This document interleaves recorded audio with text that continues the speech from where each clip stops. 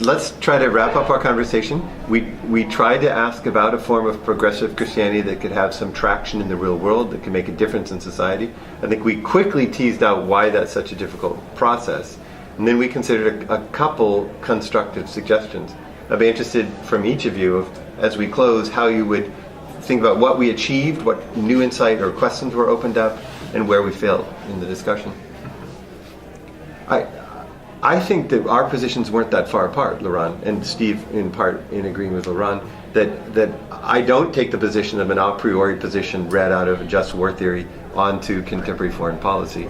And I do think it's dialogical. I just happen to think that we've learned something from the the Reagan administration, the 12 Bush years, that we can gain from. We've learned things that work and don't work. We've learned principles of dealing with international affairs that work and don't work. And that's a dialogical process where I think my Christianity informs me in important ways. It's not irrelevant. So I see traction there, but I'm interested in what you guys think in closing. Yeah, I mean, just think about if Bush is going through his catechism, he could have learned just war theory and justified it. Because, I mean, what are the 3 wars we didn't do in church history because they didn't pass just war theory? They don't exist. But if they had said, you know, George, you're a follower of Jesus. Your whole life you're going to have to ask, what's it like to be a peacemaker?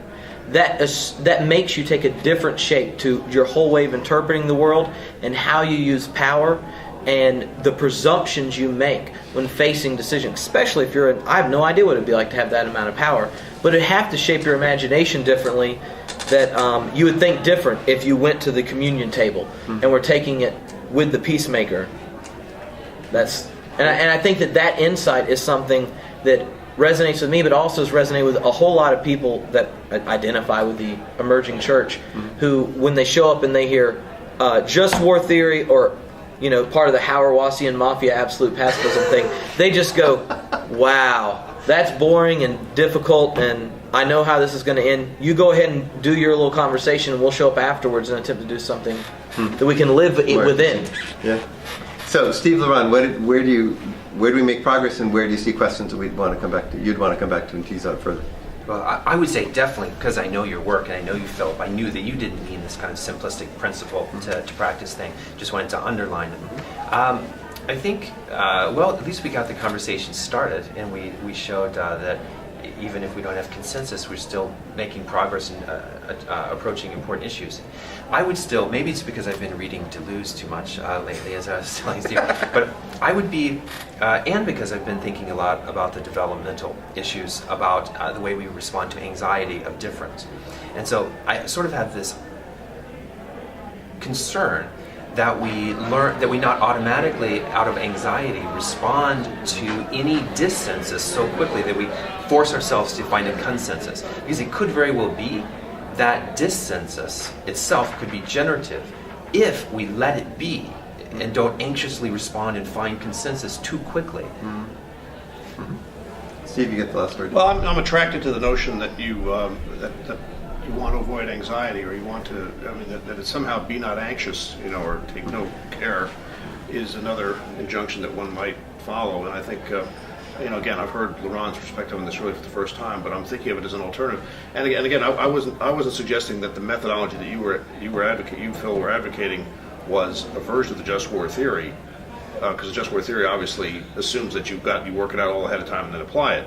I presume that you had a more dialectical kind of thing in mind, but still, it's the notion that it's still a little bit different from what I think Laurent is talking about, because that's at a different level of engagement. It's engaging people sort of where they are, with all the differences in their views, and sort of seeing what emerges from that, rather than saying, okay, let's step back from what happened in the last 12 years, see what lessons we've learned, kind of turn that into an approach that we can then feed back.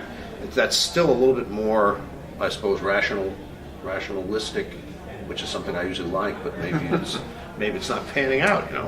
I just think I think what we're discovering is that the traditional ways of looking at these issues are not panning out any longer. That's when I talk about this, and it wasn't a charge. I'm not sort of accusing people when I say they're silent. Again, I'm not saying that people are being cowards or are just trying to go with the flow. I'm suggesting that it's maybe no longer possible to have the kind of unified voice that was possible in the past, without going through a whole different process before that.